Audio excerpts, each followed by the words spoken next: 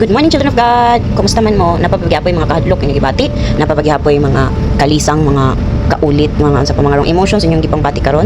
Well, remove it from your thoughts. Remove it from your thoughts. Kay isa na siya karason nganong wala tay peace of mind.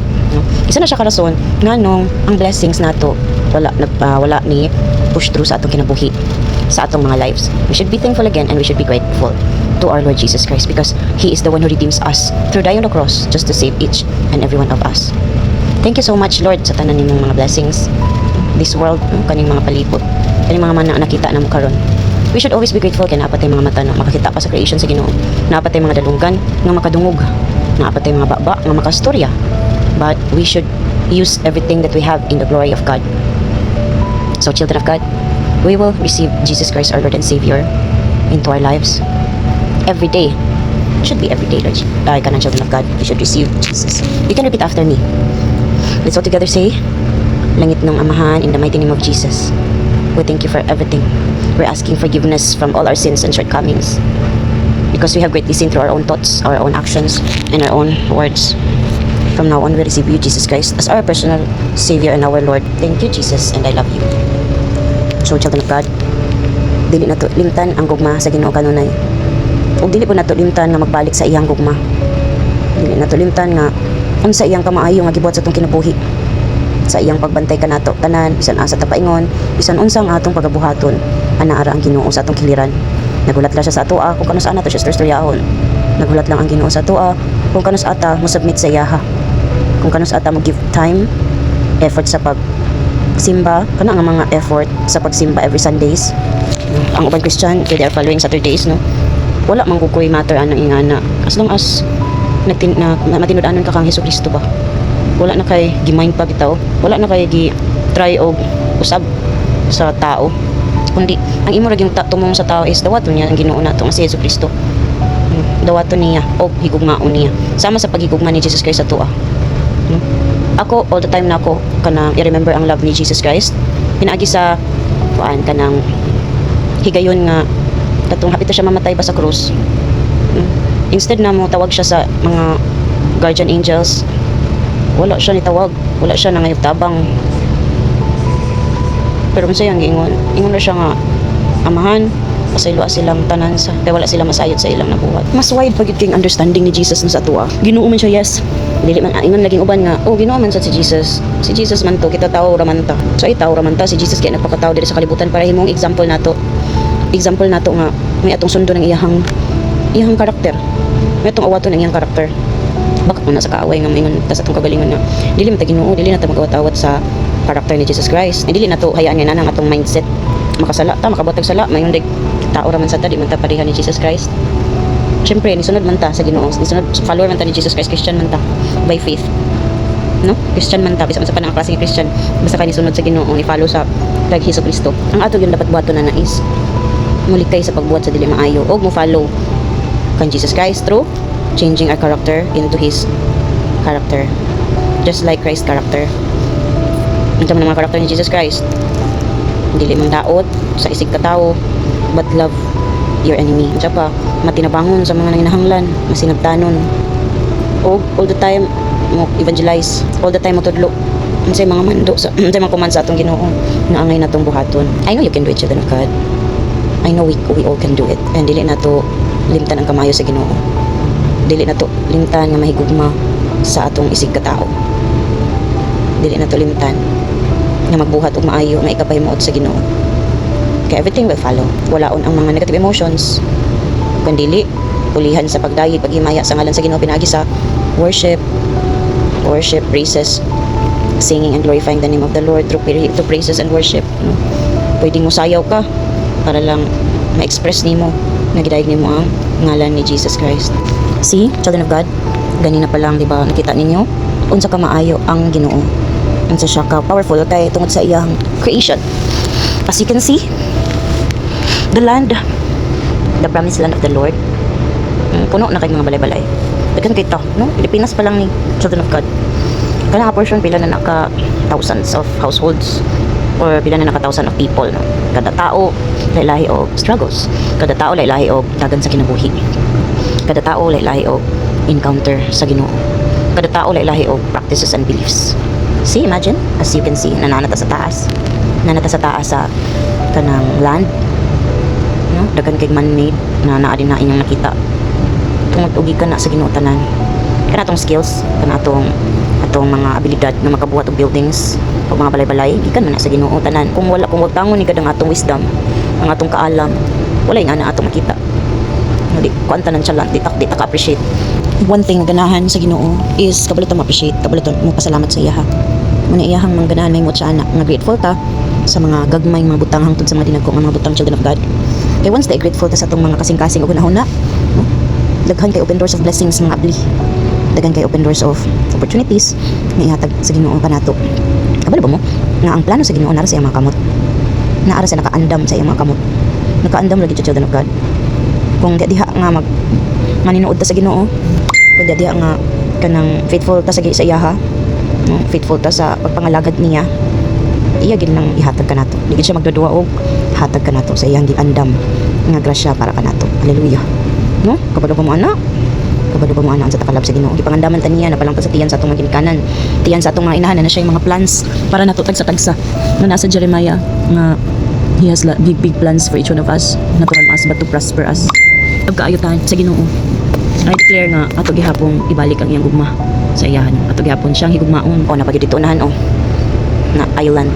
Mura siya o eagle, no? Ang iyang ulo dito unahan o murag eagle. But I declare and decree no na the Philippines is for Jesus Christ. Kitang tanan iya mangguta sa Ginoo. Wala may lain nakapanag-iya nato ang Ginoo ra man gyud. Atong i-appreciate unsa atong mga nakita nga creation sa Ginoo. Kay kung naata na din ha sa ubos, no? Sa land nata diha sa ubos kanang island na nakita nato, no? Mga nata sa taas manggod medyo layo na din ang klaro ang mga balay. Kana siya gituyo na og himo sa Ginoo aron naatay kabuyan, naatay kalakuan, naatay katamnan sa atong pagkaon. Napalibutan pagid na og dagat.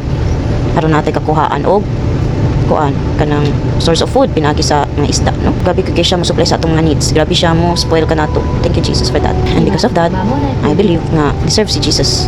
Deserve atong Ginoo nga i-adore, magnify, glorify o ihatag ang dungog og himaya kaniya lamang. Daghan man tao karon nga return back to Jesus. Daghan gyapon tao nag-backslide tungod sa mga kalibutanhong butang. And see? Nindot kayo ang palibot children of God. Kita ka ng bulkan o klaro kayo na siya ng bulkan. Ang mga balay-balay sin na lang ang naklaro dili mga sin. May bukid, may bulkan. How wonderful the God's creation is. Tapos mga clouds unit is pa ni. Tsaka maayo ang Ginoo kung wala pa ning clouds. Alimuot, init kaayo ta. Mapagod tas kay init. Siyempre, dili ta dapat makalimot sa words of God kani scripture gikan sa Holy Bible. Dadala gid nako kung Bible ba kay mamanggid na ang nice gyud nga imong weapon. Bahala bisan asa ka paingon basta dalon nimo imong Bible. So our Bible verse for today comes from the book of 1 Peter chapter 1 verses 13 to 16. It says here, so think clearly and exercise self-control. Look forward to the gracious salvation that will come to you when Jesus Christ is revealed to the world. So you must live as God's obedient children. Don't slip back into your old ways of living to satisfy your own desires. You didn't know any better then, but now you must be holy in everything you do, just as God who chose you is holy. For the scriptures say, you must be holy because I am holy. Hallelujah. At kayo ang Bible verse nato karon, no? So dili lang di ay tama gunahon na nga Ginoo ra man ang dapat holy. Of course, kita pud nga sumusunod ni Jesus Christ. We should live holy. We should live holy nga unsaon man pag live holy children of God. Of course, kanang maglikay ta nga maghimo og mga butang nga dili ikapahimo sa atong Ginoo, no? So nice kaayo children of God, no? Nga mo follow ta sa iyang command.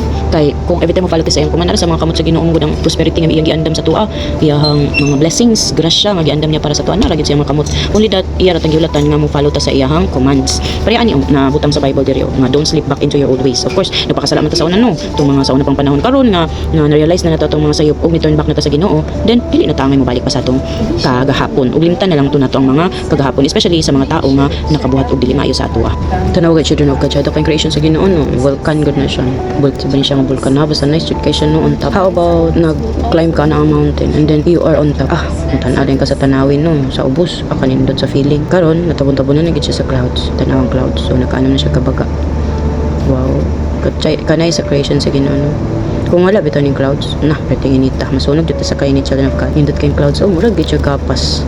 No, murag gid siya kung imong ibungkag ang gapas. So totally the same with the cotton, you know, gapas.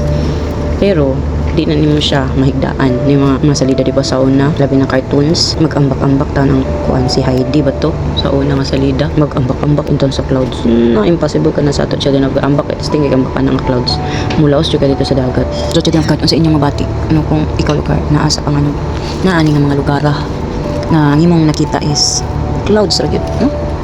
Naka sa taas sa land. Parehan yun. Sa imong bation, murag peaceful kayo, no? Maglayo sa problema, layo sa samot, layo sa kagubot. Peaceful kayo mong paminaw. No? O karon ibaga ng clouds, na nato sa taas sa clouds. Pero in between ana is a space. Kaya na po sa ibabaw na po is a group of clouds na po. Another thick clouds na po. O as what we know, clouds can bring storm. Ang clouds kada laog, bagyo, kada laog, storm, kada laog, kadagom. Without pod ang advantage sa clouds is kanang di ta mainitan sa sobrang kainit nga adlaw. Natabunan ta sa kabugnaw sa clouds, no.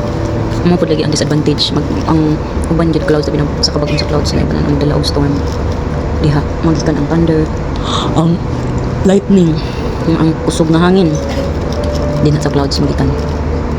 Nindot kayo jud na kayo tanawon. Again, children of God, we will not forget to be grateful, to be thankful that we have this wonderful, ever-living God who created everything seen and unseen, who created us in His own image and likeness, fearfully and wonderfully made. Tatanan, children of God, we are His masterpiece. We are so lucky to have our Creator in heaven. We should receive Jesus always, as with every day of our lives. We should receive Him because every day of our lives is different. Kanang sidagan sa atong adlaw is dili siya pareho. Pag maka-encounter ta og mga butang nga dili pod pareho sa kagahapon nato. So of course, atong pangayong presensya sa Ginoo mga ubanan ta perminti, ubanan natong pamilya nga layo ta sa kapahamukan. With the help and the power of prayers, it will be possible. Prayers nato nga of course consistent po na prayers, consistent and coming from the heart nga prayer nato gikan sa katibukan sa atong kasing-kasing nga sincere ta. Have to kanang do our best not to commit mistakes, of course, for the Lord. So we have another Bible verse. Ato sa karon kinamta sa panganod, no? And it comes from the book of 2 Timothy chapter 3 verses 1 to 5. It says here, under the dangers of the last days, it says here, you should know this, Timothy, that in the last days there will be very difficult times where people with love will outlove only themselves and their money. They will be boastful and proud, scoffing at God, disobedient to their parents and ungrateful. They will consider nothing sacred. They will be unloving and unforgiving. They will slander others and have no self-control. They will be cruel and hate what is good. They will betray their friends and be reckless, be puffed up with pride and love pleasures rather than God. They will act religious, but they will reject the power that could make them godly. Stay away from those people. Hallelujah. So, ang pasabot ani nga Bible verse, no, na ay mga tao, mga group of people nga mapalayo sa imong sa Ginoo. Make sure you will keep away from those people, but belong yourself to those people. Truly loves God, loves the presence of the Lord. No, see, as you can see, children of God, nindot kita naon ang panganod, no? Nindot kita naon ang clouds, most especially if you are up above the sky. Hadlok siya tanawon, yes. Kung negative imong panganahon, labi na kung dungaw ka sa ubos, mahadlok jud ka nga, mismo ikaw makuna na ka nga laon sa pagmatagak ko. Sure, ball, wala na jud. No? But with God's grace, with God's protection, no? With God's love, dili man kakasagdan. Ang imong kahadlok, mapanas man, especially if you rely on to our God. So meaning, unsa may ang mahitabo sa ato ang lives, make sure nga ang imong choices is divinely aligned with God, and surround yourself to godly people too, so that maayo ra ang dagan sa imong life, and the open doors of kanang prosperity and abundance nga covenant sa ato ni God will be with you. Kay gihawiran na siya sa Ginoo, nagulat lang Ginoo nga mo-follow kasi ang command o malipayon siya o magkuan siya kanang mahimuot sa imong gibuhat. For that grace in His hands will be poured upon each one of us. And I think that's all for today, and be blessed, children of God.